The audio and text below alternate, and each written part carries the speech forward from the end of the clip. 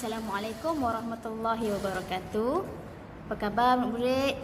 Okey, kita berjumpa lagi minggu ini dalam subjek sains.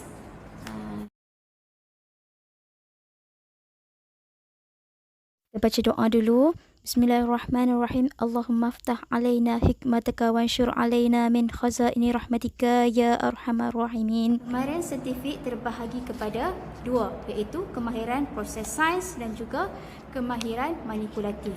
Apa itu kemahiran saintifik? Kemahiran saintifik itu ialah satu proses sains di mana bila kita tengok sesuatu benda, kita akan timbul satu persoalan. Okey, contohnya yang dalam buku teks muka surat 1. Okey, muka surat balon udara panas terbang tak sama tinggi. Okey, ini ialah satu persoalan. Okey, boleh buka muka surat 1. Ini ialah persoalan yang ditimbulkan. Jadi daripada persoalan inilah kita akan menggunakan kemahiran saintifik untuk menyelesaikan satu persoalan. Okey. Kemudian dalam kemahiran saintifik terbahagi kepada dua yang cikgu cerita tadi, iaitu proses sains, kemahiran proses sains dan juga kemahiran manipulatif. Okey, proses sains ni melibatkan beberapa proses. Okey, buku teks muka surat 11 kita ada yang ni ringkasan daripada kemahiran kemahiran saintifik. Okey, yang pertama kita ada kemahiran proses sains. Kemahiran proses sains ni melibatkan beberapa proses. Contohnya yang pertama yang kita tengok, ia ada yang memula sekali memerhati. Okey, dalam kemahiran proses sains kita akan menggunakan proses memerhati. Okey, memerhati ni maksud dia apa? Okey, proses memerhati melibatkan 5 deria yang ada pada manusia. Okey, 5 deria ni kita ada belajar semasa start daripada darjah 2 lagi, kita darjah 1, darjah 2 lagi kita dah belajar, iaitu deria penglihatan, deria rasa, deria hidu, deria dengar, deria sentuhan. Itu ialah 5 deria yang boleh kita gunakan untuk memerhati. Okey, memerhati ni maksudnya kita tengok ataupun kita lihat, kita dengar, kita bawa apa semua tu, menggunakan 5 deria tu untuk cari maklumat berkaitan dengan proses sains tadi. Okey, contohnya contoh buku inilah contoh yang paling senang. Buku ini, apa yang kamu nampak mengenai buku ini? Okey, yang pertama, buku ini warnanya hijau, bentuknya petak, kulitnya licin. Okey, itu ialah contoh memerhati. Okey, termasuklah bila kita menyentuh ia juga berkaitan dengan memerhati. Okey, kita menyentuh rasanya licin. Objeknya bentuk segi empat. Okey, warnanya hijau. Okey, baunya tak ada bau. Okey, itu ialah contoh memerhati. Okey, kemudian kita ada proses mengelas. Okey, proses sains yang kedua mengelas. Kita mengelas benda-benda yang sesuai dengan kumpulannya. Okay, contoh yang kita buat hari tu, latihan hari tu, latihan dalam mesra digital, muka surat yang pertama yang cikgu bagi latihan hari tu, ada yang faham, ada yang tanya juga cikgu. Okey, jadi yang ni ialah contoh mengelas. Okey, yang pertama, soalan yang pertama hari tu mengenai pemerhatian, memerhati. Okay, kita tengok yang mana yang segi empat. Okey, yang ni jadi jawapan dia ada dua lah, tauhu dan tuala. Okey, segi empat.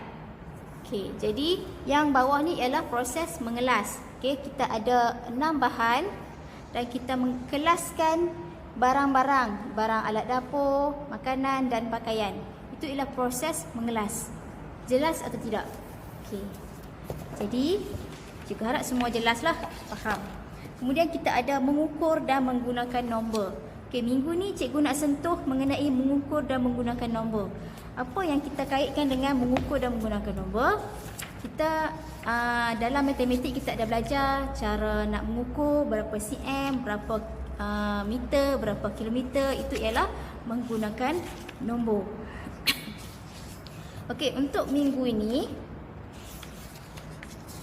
Cikgu rasa kita dah belajar mengenai mengukur dan menggunakan nombor semasa darjah 4, darjah 5 dan darjah 6 pun kita masih lagi menggunakan selagi kita belajar sains. Okay? Sains dan matematik sentiasa berkaitan. Jadi ini ialah contoh muka surat buku mesra digital muka surat 2. Okey. Cuba untuk jawapan dia. Okey. Ini ada kemahiran proses sains menggunakan nombor. Muka surat 2 nanti kamu boleh tengok. Okey, yang A, B dan C, iaitu kamu boleh tengok kesesuaian objek-objek yang digunakan dalam mengukur nombor. Okey, mengukur nombor ni contohnya kita mengukur masa, mengukur panjang, mengukur berat, okey, menimbang berat, itu semua berkaitan dengan proses mengukur dan menggunakan nombor. Okey, termasuklah menimbang berat lah. Berat juga termasuk dalam mengukur dan menggunakan nombor. Okey, dalam buku teks dia tak ada lagi. Okey, ini contoh muka surat 4 di mana dia berkaitan dengan catatan dalam dia mencatat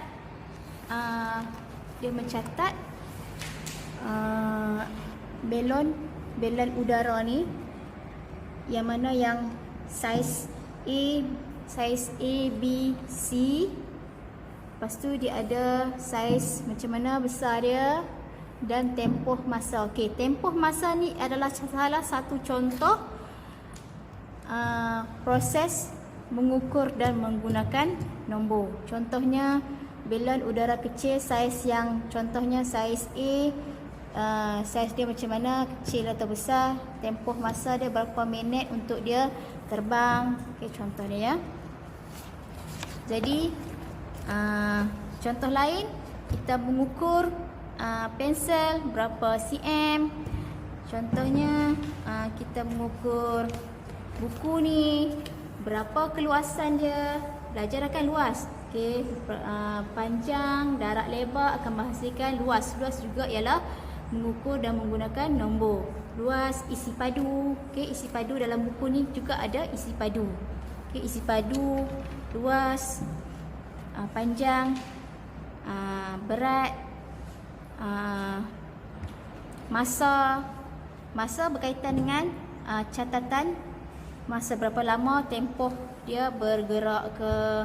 Okey, berapa lama lilin tu dapat membakar sehingga habis, ataupun semua yang berkaitan dengan ukuran. Okey. Jadi minggu ini secara kesimpulannya minggu ni cikgu akan sentuh mengenai itu sajalah, mengukur dan menggunakan nombor. Cikgu harap kamu cuba buat soalan muka surat 2 mesra digital, aktiviti mesra digital sains tahun 6. Yang A kamu padankan pengukuran, contohnya jarak landasan larian. Kita boleh menggunakan alat yang mana yang sesuai. Adakah menggunakan silinder penyukat, jam randik, pita pengukur ataupun penimbang digital. Cikgu rasa kamu boleh faham benda tu. Dan masa larian peserta, kita boleh menggunakan alat yang mana yang paling sesuai. Okey. Contohnya kalau kamu nak mengukur keluasan sebuah bilik, kamu akan menggunakan pita pengukur untuk mengukur berapa meter satu kelas, panjang, darat, lebar. Itu ialah contoh mengukur. Tapi dalam latihan ni lebih mudahlah. Jarak landasan larian, berapa panjang jarak landasan larian tu, yang dalam stadium ke manakah, yang berapa panjang dia boleh lari tu, kita menggunakan alat yang mana. Masa larian peserta, masa tu berkaitan dengan minit, saat, tu semua tu kita gunakan apa, okey, dalam alat tu. Yang B, tulis bacaan yang diperoleh dengan menggunakan unit piawai yang betul. Okey. Contohnya yang bacaan yang satu ni berkaitan dengan soalan yang A tadi, jarak landasan larian. Kemungkinan menggunakan Contohnya 100 apa? Mungkin panjangnya 100 apa? Contohnya kita menggunakan unit meter, sentimeter, kilometer. Okey, yang mana yang sesuai? Kalau landasan larian tu kita menggunakan unit yang mana yang paling sesuai? Okey. Contohnya adakah dia menggunakan kilometer? Mungkin dia menggunakan 100 kilometer untuk berlari dalam landasan. Betul ke? Okey. Cuba cari yang sesuai. Okey. Yang kedua, bacaan minit. Okey. Dia menggunakan alat jam randik. Okey, jam randik ni kita menggunakan unit apa? Okey, selalunya cikgu ada terangkan dah sebelum ni masa tahun 5 atau tahun 4. Jam randik menggunakan waktu apa? Sama ada jam, minit ataupun saat. Jadi dia ada dua unit, iaitu dia ada